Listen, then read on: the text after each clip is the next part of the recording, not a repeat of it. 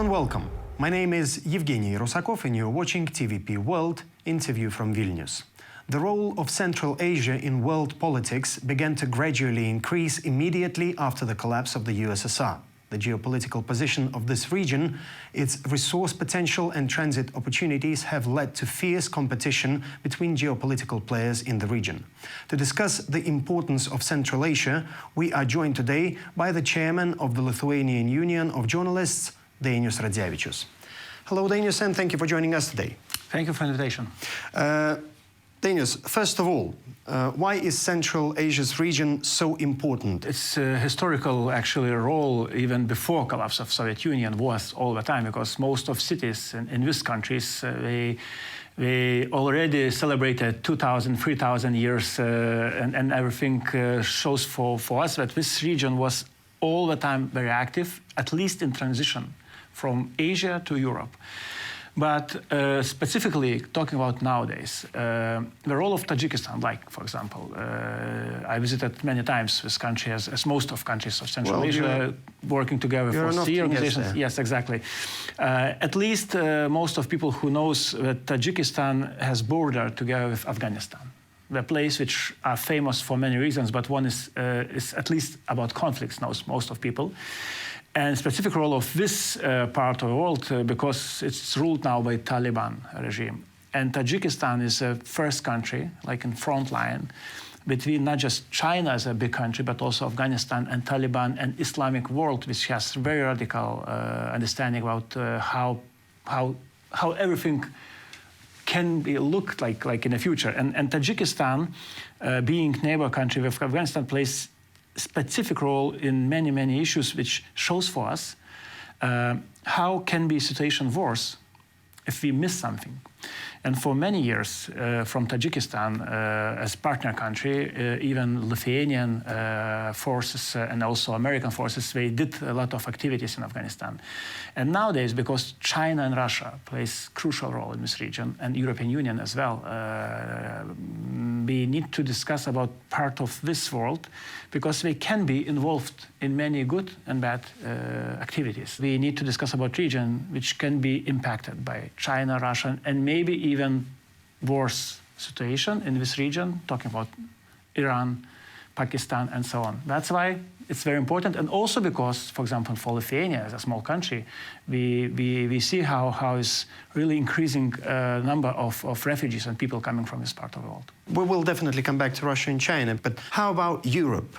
Is Europe doing enough to be in that region? Talking about region, we have very different, countries there, because it's like Turkmenistan country which has. Okay, let's talk about Kazakhstan, those. for example, Kazakhstan and Tajikistan. It's very good examples, because Kazakhstan is the biggest country in Central Asia, and nowadays they officially declare. It's very important, very interesting issue. They declare that most of reforms, also rule of law issues and everything.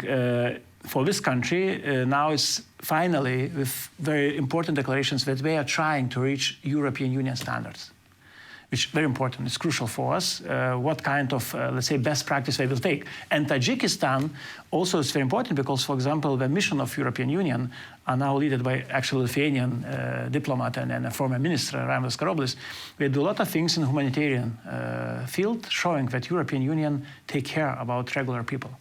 Okay, by mentioning that the so-called message that Kazakhstan has spread recently, what kind of a signal does that send to Russia and China?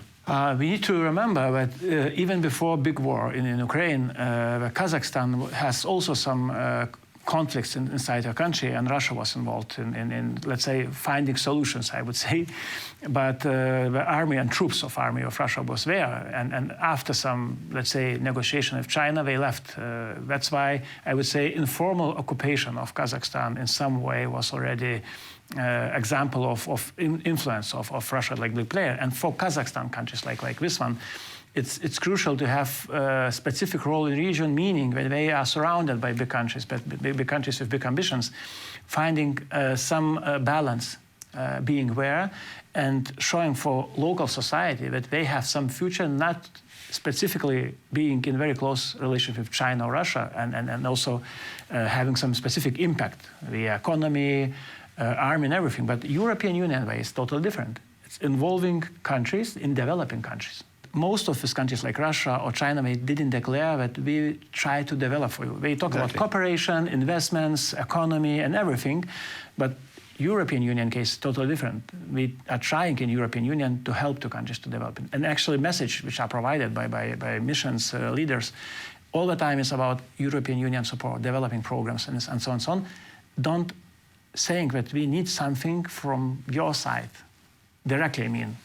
That's why it's so crucial to play important role of having contacts on daily basis in very important fields like economy, culture, education especially. So could you say that we are enough in Central Asia? It depends, first of all, depends on countries.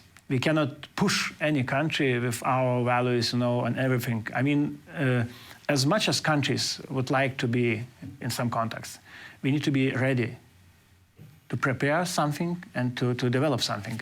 And I would say the system of education, especially culture and economy, with very different, needs, could be fields which can be provided by European Union expertise. Would be very important, especially education, system of education, which helps people not just, like we know most of Tajik people, for example, they work in Russia, in Moscow, in construction industry, and they get, some of these people, they get citizenship of Russia, and now they are pushed by regime to go to the war. And why? Because most of people, they don't have good alternative. Many of them now back to Tajikistan, also being involved in the industry of construction with less salary. That's why European Union itself, it's very attractive part of the world for whole society actually there. So, okay, again, talking about Russia and China, so they are present there in that region, and they are definitely keeping an eye to what Europe does there. So, what would be the best way to deal with those two, because they consider themselves obviously as owners of that region? It's a good question, because if you are talking about Russia and China, they are dealing each of country with personal interest only. Big countries, big interests, and let's say everything which are related, I don't know, to minerals in the mountains, or constructions business, or developing of infrastructure systems in capital cities like Dushanbe, buying, for example, Chinese electric cars, which are very popular nowadays. Any of interest goes directly to needs of these countries. But European Union is a different case, and I would say we're still missing representations from countries. I mean, European Union mission itself, it's a very good mission, but some countries like Germany, big countries, Italy, they do a lot of things there, but I would say even Lithuania, we have embassy in Kazakhstan, and we don't have representative in the rest of countries still, and Kyrgyzstan and Tajikistan, all of these countries. I would say official representative would be very good, I would say, a way of cooperation with these countries. A lot of things related to economy, geopolitical issues could be managed directly with representation by embassies. Let's talk about other global players. India, Iran, you've already mentioned. What's their role in that Central Asia region? We need to remember that India had and has still a long time of cooperation with this region, because Silk Road started in India till Europe via Central Asia countries, and they still do a lot of businesses there, on one hand. But if you are talking about countries which are very close, like Iran also, they have totally different interests, and we need to remember that in this part of the world we have and will have even more conflicts between these countries because of energy.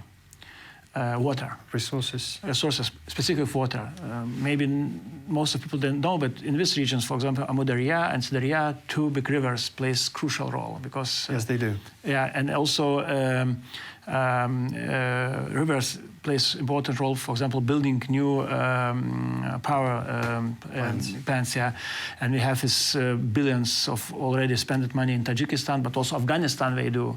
Tajikistan supports because they have a lot of Tajik people there on the border, just to keep this peace. They support with electricity almost for free Afghanistan. Also, they play some role of balance for this country. Even if sanctions go still for Afghanistan from European Union and America, but Tajikistan, they are trying to keep this country living somehow in some kind of conditions. But during the conflict, and in 2022, we discussed about Ukraine and Russia. We forgot that Tajikistan and Kyrgyzstan, they had also the conflict. and many people was also dying because Well, of let's put it straight. Not many people knew about this here in Lithuania because not the same really... like Sudan war. Exactly, yeah, exactly. Because not many people care about what happens on the other side of the It's world. not on the agenda of media and politicians and so Exactly, on. exactly. But for example, when two countries like Kyrgyzstan and Tajikistan has conflict, even conflict means also shooting people and almost a war situation. We need to understand that some countries, they also play own games, including Russia, China, and so on. But Iran was also one of countries, and we still know that they support somehow Russia with drones, at least, not only, but also Tajikistan was seeking for some support in Turkey and Iran and everything. And we know that a lot of messages was also provided about the situation, how Tajikistan is involved, yes or not. Also some supply for Russia, yes or no. I didn't give an answers now, but these questions are very important on which side we are dealing with problems. And this is where my next question comes from. Mentality difference. I mean, probably the best to understand Central Asia's mentality is Russia, not even China. So do you see bigger obstacles for Europe here? It is actually, if we are talking about methodology, how to deal with countries and diplomats. Most of diplomats, if they go abroad to work, they have some specific trainings actually about culture, about methodology, how to deal, doesn't matter in which field. But talking about Central Asia in most of cases, we need to understand that this part of the world, they are building own identity. Last 30 years for sure, but even during centuries. They had this, understanding it's not about money only or culture only. It's also about being someone in this part of the world. And that's why we know, like last more than 20 years, 30 years already, Turkmenistan, as independent country, we are trying to be a country. The same Kazakhstan, Tajikistan, Uzbekistan, Kyrgyzstan, and even if Russia has a lot of influence via culture and historical heritage in bad and good way, doesn't matter. But the countries, they are trying to keep on culture. And I would say, in some way, this countries has even more influence for Russia in some way, and good and bad way. That's interesting. Because historical heritage of this part of the world was like, if you are a big country, you are a powerful country. And what Putin's regime says, it's not about developing of country, construction, everything. If we are a big country, we are an important country. And that's why I would say these countries, they are trying to keep their own identity via cultural heritage, and also trying to survive being surrounded by big players. Big players, real big players. And I would say on a very informal level, if you ask people, do they like really policy of Russia or China, aggressive one? Nobody likes. They don't do that. Exactly. And we need to know that even it has some cooperation with these countries, they do because not really alternatives was presented for many, many years there. And I would say this is crucial for us, for Europe to understand how big is Europe nowadays, with values, not geographically. Do we go a little bit more to the east, providing not necessarily like formal participation in different formats of political, units and everything, but like formats like OSCE, for example, which was not maybe the best one during the conflicts, but still they are involved in some kind of reforms. And we need to understand, no quick solutions there, like in any country. Developing of countries is the idea of like long-term process. And if we would like to get at least some neutral status of this region, which are crucial for us, I would say we need to work harder. We need at least to keep connections on any level, including business and culture and everything, which are very important because most of people in these countries, young people, they say they are dreaming to go abroad, to Europe or America, to universities. Why not? I guess this is the best way to end our interview. Dainius, thank you so much for being with us today, and I hope to see you once again. Thank you. And I would like to remind our viewers that our guest for today was the chairman of the Lithuanian Union of Journalists, Dainius Radzevičius. You're watching TVP World. Stay with us.